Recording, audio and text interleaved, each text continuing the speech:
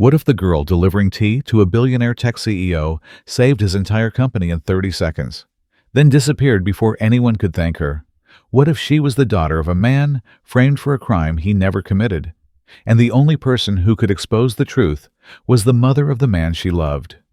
This isn't just a story of code and systems. It's about courage, betrayal, redemption, and the 1 second that changed everything.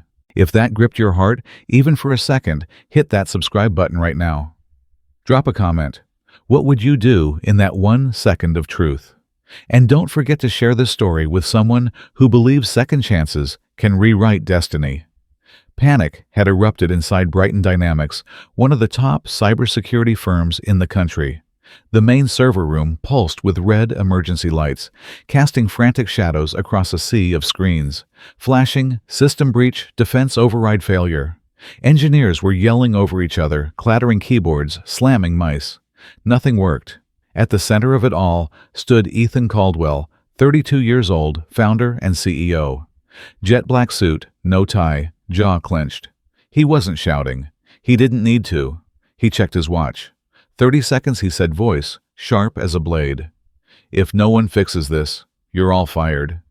Silence fell like a hammer. The head of engineering stepped forward, pale. Sir, we're trying, but the core firewall locked out even admin privileges. Ethan didn't blink, didn't move. He simply crossed his arms, as if daring the world to disappoint him again. And then, bang, the side door slammed open. Everyone turned. Delivery for Ethan Caldwell. A voice called out. In rushed Sienna Rivera, soaked in sweat, windblown hair, still stuck to her cheek, crash helmet under one arm, a paper bag in the other. On her chest, a faded green Bite Bites delivery shirt. She looked wildly out of place amid the suits and tension. Ma'am, this is a restricted zone, someone barked.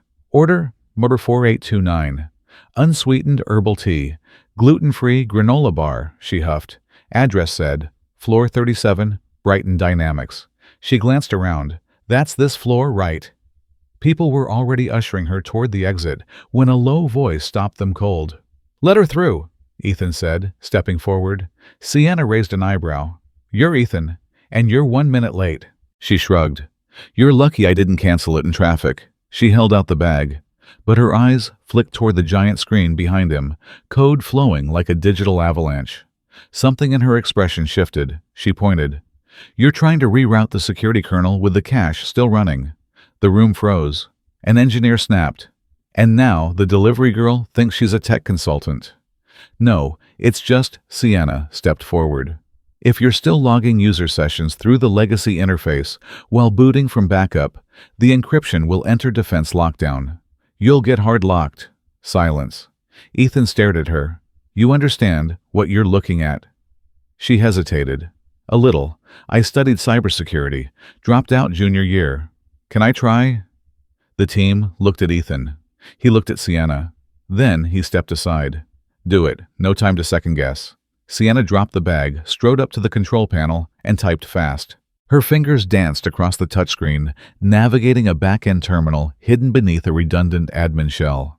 She terminated the session, cache rerouted power from an auxiliary node, and patched the security kernel through sandbox mode. 3 seconds later, ping. The screen turned green. System stabilized. Full access restored. The room went dead silent. Then a collective gasp.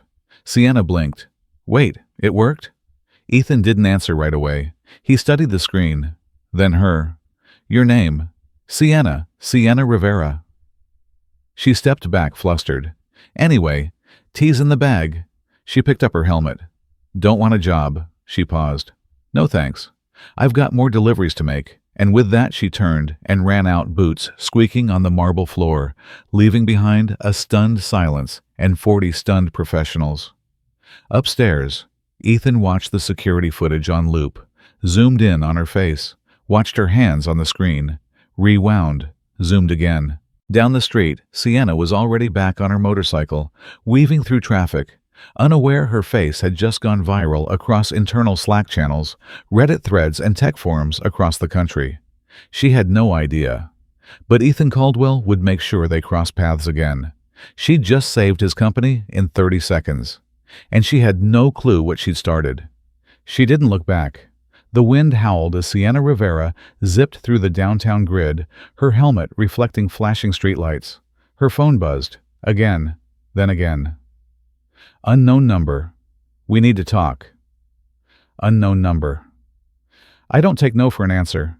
She turned the screen off without reading the rest. Ethan Caldwell was already reaching out. She should have been flattered. She wasn't. She was terrified. Back in her tiny apartment, she dropped her helmet, kicked off her boots, and walked into the dark kitchen. She opened the fridge, 2 eggs, a half carton of oat milk, and a bottle of off-brand ketchup. She sighed and poured herself a glass of water. From the next room, a cough. She walked in quietly. Her mother, pale and hunched beneath a worn-out blanket, looked up weakly. "Hey, baby, how was work?" "Same as always, Sienna," lied sitting beside her. Across the room, her little sister Lexi, 10 years old, snored softly, clutching a broken tablet like a teddy bear. A leak dripped steadily in the corner, rhythmic and cruel. She didn't tell her mom she'd just saved a billion-dollar corporation, or that she was being hunted by the CEO himself. No, none of that mattered. What mattered was why she'd left that world in the first place. 3 years ago, she'd been unstoppable. Top 3 in her class at UCLA's cybersecurity program. Built a predictive firewall module at 19. Landed an internship at the Department of Defense. Until the news exploded, man charged in corporate espionage scandal. Digital poisoning at Celeric Systems. The man in handcuffs, Miguel Rivera, her father. A back-end engineer. Brilliant, gentle, and innocent. They said he hacked the Celeric's mainframe and stole customer biometric data. They said he planted malware. They said he sold secrets to overseas firms. But none of it was true. Sienna knew it the second she saw the code. "This isn't his syntax," she whispered to her professor. "This isn't my father's work." No one listened. Not the cops, not the university, not the news. Her scholarship vanished overnight. Recruiters ghosted her. The system that once praised her turned its back on her family like they were toxic. 2 weeks later, her mom collapsed at work. Heart failure, stress-induced. Medical bills drowned them. Sienna dropped out the same day and picked up 3 part-time jobs, from building firewalls to delivering granola bars. That's why when Ethan Caldwell offered her a job, his voice low and curious eyes trying to read her like code. Sienna gave him a polite, steel-edged smile and said, "I'm not looking for a miracle, just rent." He was stunned. She walked away. But Ethan wasn't the type to let anomalies go unexplored. The next day, his assistant pulled up everything on her. School transcripts, project logs, internship papers, a leaked internal review that called her a potential asset to the national defense. He stared at her photo for a long time. Messy ponytail. No makeup. Sharp brown eyes. No fear. She walked away from all this, he muttered. Why? And then the report came in. Father arrested in high-profile tech leak. Evidence circumstantial. Trial closed quietly. Case sealed, no appeals filed. Something didn't sit right. Meanwhile, Sienna kept delivering. In the rain, in the heat, dodging traffic, skipping meals, patching tires with duct tape. She refused to open her laptop at home. She hadn't touched a line of code in 3 years. But sometimes, when she stared too long at the flickering router, or heard Lexi asking why their water shut off again, or watched her mother clutch another medical bill, she thought about that terminal in Ethan's server room, about how alive her fingers felt, how her brain lit up like it hadn't in years. And she hated it, because hope was the cruelest thing in the world. That night, she opened the paper bag she'd dropped in the chaos. Inside a sleek black card with her name printed on it, Sienna Rivera, Priority Level AE, Caldwell. She stared at it for a long time. Her hands trembled. Then her phone buzzed. Ethan. You saved us yesterday. Let me return the favor. 7 p.m. This address. Come or don't. Ethan. 1 minute later. But I think you want to. Sienna looked around her dim apartment. At her mom, barely breathing. At Lexi, still dreaming. She closed her eyes. The past was a wound. But maybe, just maybe, It was time to stop bleeding. By 7:05 p.m. she hadn't shown. By 7:12, Ethan Caldwell was already watching the live feed from the security camera across the street. She was standing by the bus stop, helmet in one hand, doubt in her eyes. But she didn't move. He didn't text again, didn't call. He just waited. At 7:16, she turned around and disappeared into the night. He didn't sleep. Instead, Ethan locked himself in his private office and did what he hadn't done in years. He hunted someone. Not as a CEO, but as the coder he used to be.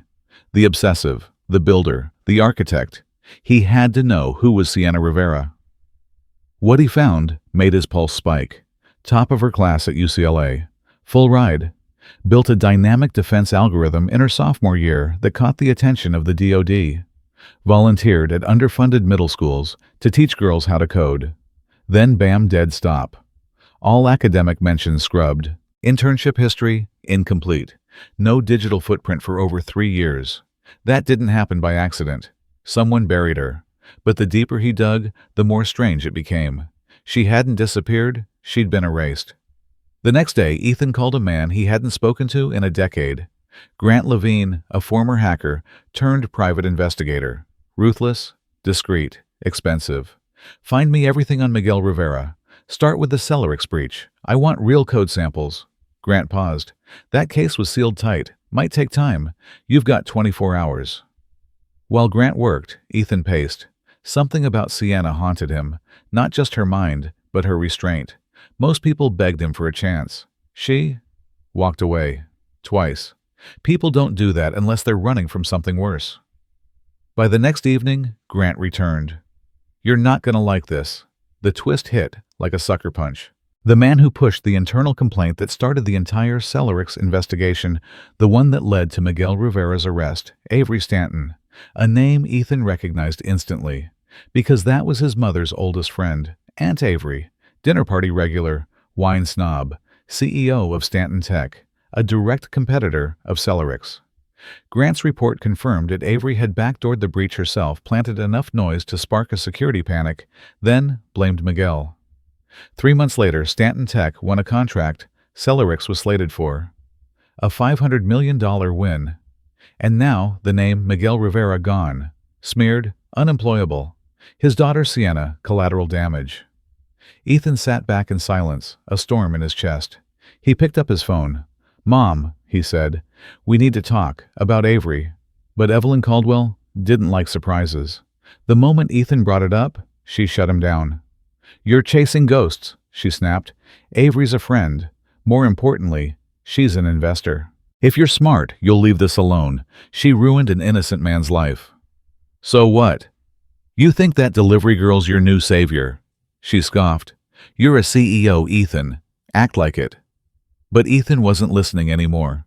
The woman who raised him had always taught him to win, no matter the cost. But now, for the first time, he saw what that looked like from the other side, and it sickened him. Later that night, he stood outside Sienna's apartment building, holding the manila folder that held everything: code logs, internal memos, deposition transcripts, proof. He didn't ring the buzzer. He left it at her door. When Sienna opened it, her hands trembled. She didn't cry. She couldn't. But something inside her cracked. After 3 years of silence, the truth had finally come to light. Not from a lawyer, not from a journalist, but from the man she'd saved by accident. Ethan Caldwell. She sat on the floor beside the folder, heart racing. Her father's name had been cleared. But a bigger war was just beginning. Because if Avery Stanton could crush a man like Miguel Rivera and get away with it, what would she do when someone tried to bring her down? Sienna stood up, picked up her laptop. For the first time in 3 years, she logged in. The screen flickered to life, cursor blinking, terminal open. And in her mind, one thought: time to finish what they started. 3 days passed, no texts, no knocks on her door. But Sienna Rivera knew better than to believe it was over. So when a Bytes notification popped up on her phone, Priority Delivery Floor 37, Brighton Dynamics, she didn't hesitate. She suited up, tied her hair back, and got on the bike. She didn't ask who placed the order. She already knew. The moment she stepped into the lobby, two security guards waved her through without a word. Up on the 37th floor, Ethan was waiting. This time, not in a crisis. No alarms, no chaos. Just silence and him leaning on a long steel conference table. Sienna set the brown bag down with a thud. "You know I don't take bribes, right?" He smirked. "It's green tea, hardly a bribe." She didn't smile. "You sent me that folder." Why? Ethan's expression shifted. Softer now. "Because you deserve to know the truth." She crossed her arms. "And what do you want in return?" He stepped forward. "There's a cybersecurity challenge next week. In-house. My team built it to recruit elite talent. One slot left. I want you to take it." She blinked. "You're kidding. Winner gets a $120K salary and a full scholarship to MIT's Advanced Systems program." Her heart stuttered, but her mouth said, "I haven't touched code in 3 years." "You rewrote a defense protocol in 30 seconds under pressure." "That was luck." "No, that was instinct." She turned away, pulse pounding. "I don't belong in your world anymore." Ethan paused, then slid a small white envelope across the table.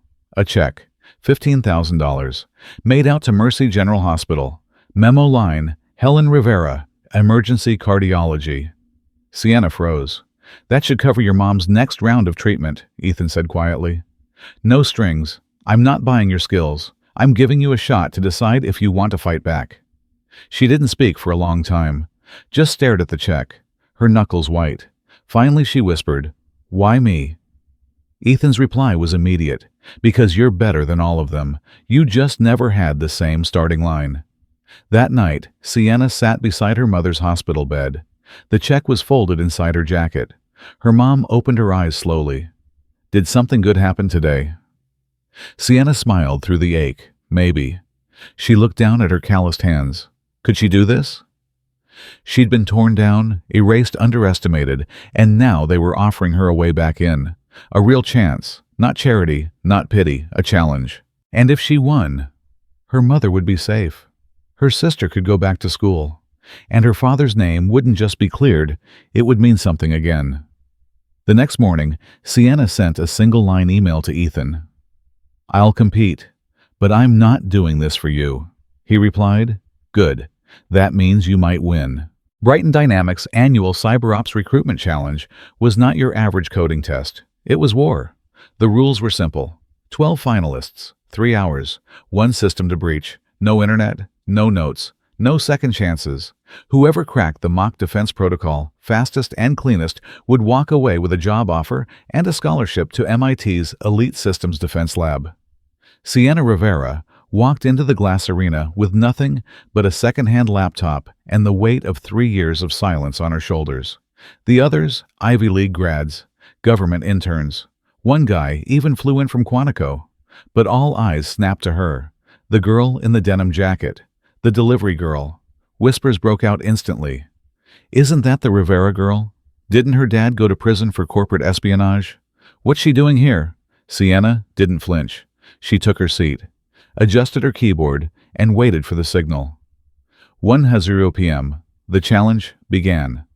Within minutes, Sienna was ahead of the curve. While others hesitated, she dove into the code, bypassed 2 decoy traps, and decrypted the fake firewall algorithm like it was second nature. It was like her fingers remembered before her brain did. The adrenaline didn't scare her. It focused her. Until her screen went black. She froze, then tried to reboot. Nothing. A message popped up in red: "Unauthorized access detected. Device locked." Gasps. One of the judges leaned in. She triggered a red flag. "She's using unauthorized software." The room murmured. Sienna's breath caught. She hadn't installed anything. She hadn't even brought a flash drive. Then she saw it. The boot log had a hidden install path, not hers. Someone had tampered with her laptop. She was being framed. In a private observation room above, Ethan Caldwell stood behind a one-way glass panel. Arms crossed, jaw clenched. "She's being set up," he muttered. "Do you want me to intervene?" his CTO asked. Ethan shook his head. "No. Let's see what she does." Sienna's hands were trembling, but her voice wasn't. "I want a new machine. Right now," she said, loud and clear. "And a clean boot. I'll start from 0. The judges hesitated. One scoffed. "The challenge is timed, Ms. Rivera. You'll fall behind." Sienna stood up. "Then I'll prove I don't need a head start." Ethan allowed himself a faint smile. They gave her a fresh rig. Clock still ticking. She had lost 40 minutes. The others were near the final stage. But Sienna didn't panic. She rewrote her entire pathfinding tool from scratch, manually mapped the injection tunnels in raw hex code, did, in 1 hour, what most couldn't do in 3. And at 2:58 p.m., while the others were still running test queries, Sienna executed the final override command. Access granted. Challenge complete. The system lit up green. The room fell into stunned silence. Then came a roar from the observation room. She won. Within minutes, hashtags exploded. #Rivera returns. #delivery girl to cyber queen /justice. 4 Miguel clips of her standing calm and unshaken went viral on Twitter, TikTok, and tech blogs across the country. People weren't just impressed. They were fired up. You don't frame girls like her and expect them to stay down. She rewrote code under pressure on a new device and still won. That's boss. Backstage, as others packed up, Sienna stood alone. No fist pumps, no tears, just quiet resolve. That's when Ethan appeared, holding a sealed envelope. MIT already saw the footage. "You've got a full scholarship." She stared at him. "You knew someone would try to stop me." He didn't deny it. "I also knew they'd fail." She nodded. "Someone's afraid I'm back." "Good." He smiled. "Let's make them afraid for real." 2 days after the challenge, Sienna was everywhere. News anchors debated her redemption arc. Podcasters broke down her coding style like it was jazz. Tech forums called her the digital phoenix. But not everyone celebrated her rise. At a private country club tucked into the hills of Marin, Evelyn Caldwell sipped her espresso and frowned at the morning paper. On the cover, "From Delivery Girl to Cyber Queen, Sienna Rivera destroys Brighton's hackathon." Beneath it, a photo of her son smiling at her. "Unbelievable," Evelyn muttered. Across the table, her old friend, Avery Stanton, arched an eyebrow. "You warned him," Avery said calmly. "He didn't listen." Evelyn folded the paper, eyes sharp. "He will." That night, Ethan brought Sienna to a private rooftop dinner. No press, no suits, just fairy lights, fresh pasta, and a quiet view of the Golden Gate Bridge. He handed her a velvet box. Inside, a silver USB engraved with the initials MR. She looked up. "This is your dad's old defense framework. We pulled it from a backup server Grant recovered last week." Sienna blinked fast. Her fingers closed around it like it was sacred. "You kept digging?" Ethan nodded. "Your father's name won't just be cleared. It'll be honored." For the first time in years, Sienna smiled fully openly. That's when the elevator dinged, and Evelyn Caldwell stepped into the light. Dressed in a slate gray suit, heels silent on concrete, her presence struck like thunder. "We need to talk." Sienna rose instinctively. Ethan stepped in between. "Mom, not now, yes, now." Her voice never rose, but every word cut. She turned to Sienna. "You're smart, I'll give you that. But clever doesn't erase bloodlines." Sienna stiffened. "Excuse me, you're the daughter of a criminal. My family has spent decades building a legacy. I won't let it collapse because my son is chasing some charity case in ripped jeans and borrowed time." Ethan stepped forward. "That's enough." "No.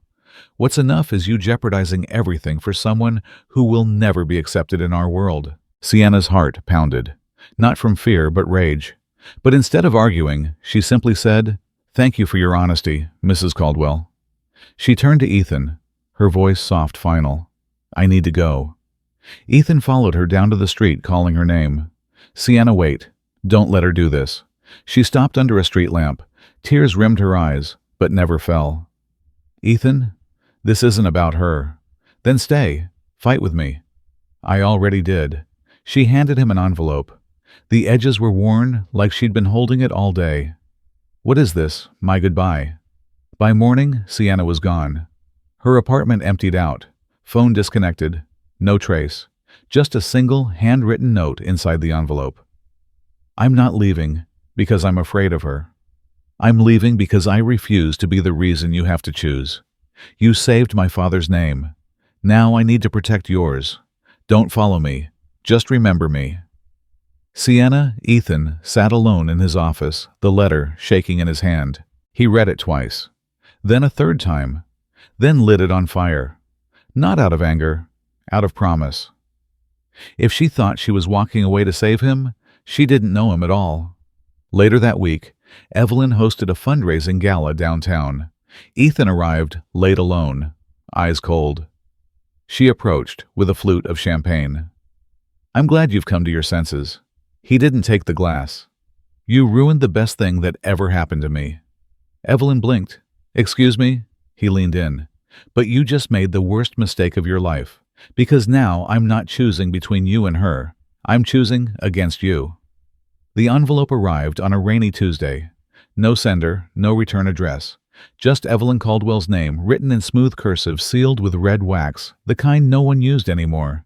She almost tossed it aside. But something in her gut told her not to. Inside, a folded letter. Yellowed edges, inked in shaking hand. The signature at the bottom stopped her breath cold. Avery Stanton, her best friend of 3 decades. The woman who stood beside her at Ethan's christening. The woman who vanished without warning 3 weeks ago, withdrawing from boards, declining invitations, disappearing from society altogether. Evelyn unfolded the paper, slowly reading the first line. "If you're reading this, Evelyn, I'm gone." She dropped into her chair. "The doctors gave me 6 months. I got 12 weeks. Pancreatic cancer. Quick, cruel, and fair if you believe in that sort of thing. I don't. But maybe that's why I'm writing this. I need you to know the truth about what I did to Miguel Rivera and to his daughter." Evelyn's hand shook. It wasn't business. It was personal. Miguel discovered my company had used unlicensed security protocols built from government research. If he'd gone public, we'd have been sued into the ground. I had to act fast. I framed him, Evelyn. I leaked false credentials. I manipulated the breach logs. Then I fed the evidence to the board at Celerix and let him take the fall. Evelyn sat frozen. "You vouched for me all those years, stood beside me. I betrayed that trust, and I watched you destroy that girl without ever knowing the truth." Sienna, she's brilliant, Evelyn, and strong. I saw her win that cyber challenge. I watched her fight back with nothing but grit and fire. You and I were wrong about her. She isn't a stain on your son's legacy. She's the proof he's still human. I don't expect forgiveness. I just hope that before I go, I can give you one thing I never gave her. The truth. Avery. The letter slipped from Evelyn's hand. For the first time in years, she didn't feel powerful. She felt ashamed that she'd carried herself as protector of legacy, while being complicit in burying someone else's. She thought of Sienna, her eyes steady, her voice calm under attack, her quiet retreat from Ethan's life. She thought of the check Ethan had written for her mother's surgery, of the USB drive with Miguel Rivera's clean code, of the look on Ethan's face when he said, "You just made the worst mistake of your life." Maybe. He was right. That night, Evelyn drove through the rain to the Brighton Dynamics data lab. She didn't wait for security clearance. She walked straight into the executive floor, soaked and shivering. Ethan looked up from a conference table, surprised. "Mom." She held up the letter, shaky fingers, wet pages. "I was wrong." He stood slowly. "About what?" Her voice cracked. "About her." In a quiet corner of the city, Sienna sat beside her mother's hospital bed, eyes tired, hands still stained with ink from scribbling code all night. Her phone buzzed, one text. "Ethan." "My mother wants to talk to you." Sienna stared, then another buzz. "Ethan." This time, "She's not here to tear you down." She didn't reply right away. Just looked out the window, watched the rain tap against the glass, and felt something unfamiliar rise in her chest. Hope. It was just past 5:00 p.m. when Ethan saw the message. One-way ticket to Seattle, departing 6:15 p.m., bus 94. Grant had texted it without context, but Ethan didn't need any. He knew exactly what it meant. Sienna was leaving, for good. He didn't even grab a jacket. He ran through the glass lobby, past confused staff, straight to his black Mustang, parked outside Brighton Dynamics. Rain pounded the windshield, blurring the city into streaks of gray and gold. His fingers clenched the wheel. His mind screamed one thing: don't let her go. On the other side of town, Sienna stood under a rusted overhang at the Greyhound station. Her hoodie was soaked, her duffel bag clutched to her side. She didn't cry. She didn't shake. She just looked forward, silent, resolute. One more goodbye. She'd learned how to leave quietly. This time wouldn't be any different. Until headlights cut through the downpour and an SUV screeched to a halt. Not Ethan's Mustang, Evelyn Caldwell's Range Rover. Sienna blinked, stunned. Evelyn stepped out, no umbrella, rain soaking her tailored coat, silver hair matted against her cheeks. No guards, no driver, just her. They stared at each other for a beat. Then Evelyn walked straight to Sienna, heels slipping on wet pavement, but not stopping. Sienna instinctively stepped back. "What are you doing here?" she asked, breath catching. Evelyn stopped a foot away. Her eyes were red-rimmed, her voice cracked. "I came to say I'm sorry." Sienna froze. Evelyn reached out and, hesitating, took her hand. "I've built empires, fought in rooms full of men who never thought I belonged. I thought that made me strong." She paused, choking back tears. "But strength isn't power. It's humility. And tonight, you made me realize that." Sienna's lips parted, but no words came. Evelyn's grip tightened just slightly, her hands trembling. "I was wrong about you, about everything. I let fear blind me." Then Evelyn Caldwell. The Evelyn Caldwell broke. Her voice trembled like glass. "If I ever had a daughter, I'd want her to be like you." For the first time since her father's arrest, Sienna cried, not from pain, not from loss, but from something she never expected to find in Evelyn's eyes: respect. That's when tires screeched again. Ethan's car skidded into the lot. He barely put it in park before bolting out into the rain. He saw them, his mother holding Sienna's hand. He ran toward them, breath ragged. "Sienna, don't leave." She turned, eyes wide, heart thudding. "I thought you'd be angry," she whispered. He shook his head, soaked, breathless. "I was never angry. I was scared. Scared I'd never see you again." She laughed, half sob, half gasp. He stepped closer. "I don't care what world we come from, what your last name is. I care that you fought harder than anyone I've ever met." He looked to his mother. Evelyn nodded, stepping back. "She's right where she belongs."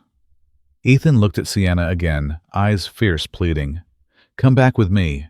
Not for the company, not for the scholarship, not for my mom." He took her hand. "Come back because we're not finished yet." Sienna stared at him, at the rain, at the departing bus in the distance, and she smiled. They walked away from the station, hand in hand, the storm behind them. A new story ahead. It had been exactly 1 year since Sienna Rivera walked into Brighton Dynamics, carrying nothing but a bag of herbal tea and a firewall suggestion that saved an entire company. Now she stood at center stage of the company's largest tech summit, in a blazer she designed herself, beside the man who changed everything.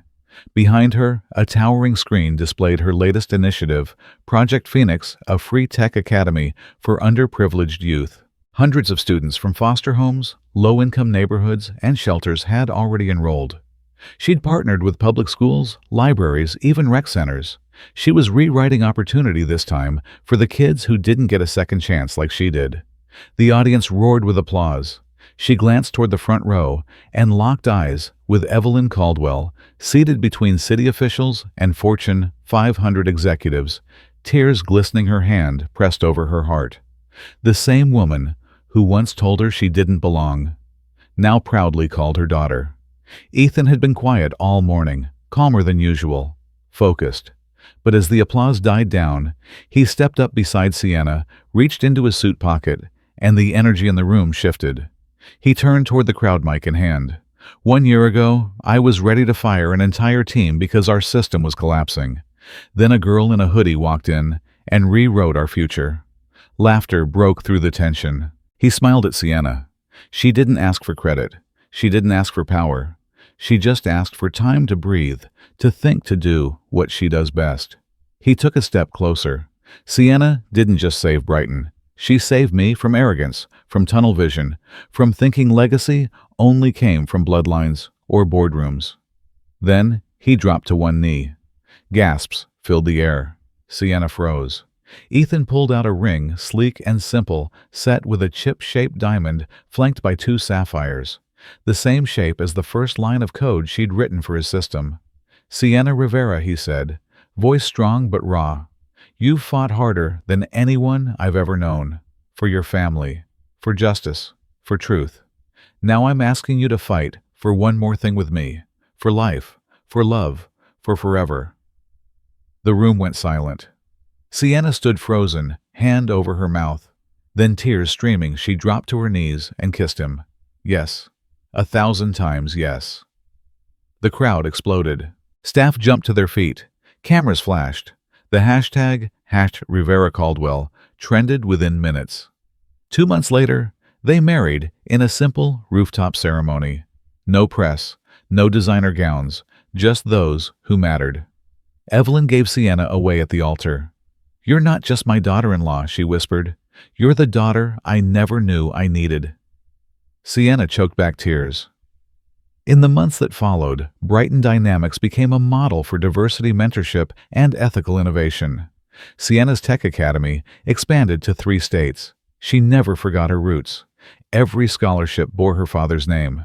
Every mentor she trained learned one golden rule: intelligence is potential. Integrity is power.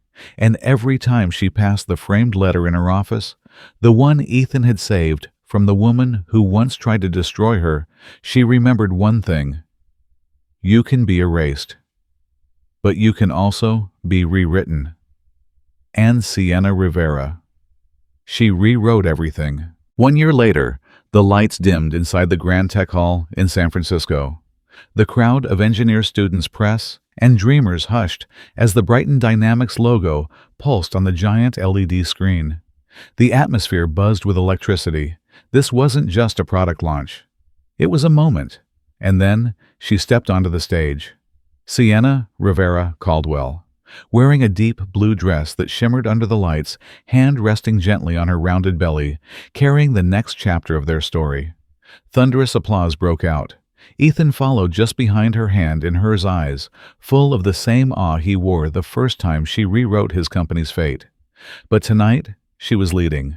She walked to the mic, waited for the noise to settle, and then spoke with the same calm fire that once shut down a room full of doubters. 12 months ago, I stood here terrified, convinced I didn't belong. Today we launch Phoenix OS, built not by one mind, but by a community of underdogs, outcasts, and second chancers. The crowd erupted. She glanced toward the front row. Dozens of young coders from her free tech academy sat wide-eyed, phones in hand, eyes glistening with hope. Her hand brushed across her belly, steady. And then came the final line. She looked out over the crowd, not just at who they were, but who they could become. Sometimes all it takes is 1 second, one choice, one moment of courage. I was just a delivery girl, until I chose to speak up. Now I get to raise a child in a world where second chances aren't rare, they're standard. So if you're waiting for a sign, let this be it. Take your second, make your choice, rewrite your future. The room stood on its feet. Cameras flashed, hashtags trended. But none of it mattered more than what Sienna felt in her heart: peace. She wasn't just the girl who hacked a firewall. She was a mother, a wife, a leader, a survivor, a legacy reborn. And as she stepped back beside Ethan, his hand cradling both her hand and the life growing inside her, one truth rang louder than all the applause hope doesn't knock. You build it, one line of code, one act of bravery, 1 second at a time. In a world where we're told success comes from prestige, connections, or privilege, Sienna Rivera's story reminds us of a deeper truth: your past doesn't define you. Your choices do. She wasn't a CEO, she wasn't even employed. But in 1 second of clarity, courage, and integrity, she changed the course of a billion-dollar company and her own future. Even when judged, underestimated, or told she didn't belong, she stayed true to herself. And that truth rewrote everything. This story isn't just about firewalls and tech empires. It's about redemption, resilience, and the power of a single moment. Whether you're facing rejection, struggling with your past, or waiting for a second chance, your next decision could be the one that changes everything. So ask yourself, if your 1 second came today, would you take it? Tell us in the comments, what's a moment that changed your life? And if this story inspired you even just a little, hit that subscribe button for more stories that remind you you're 1 second away from a brand new beginning.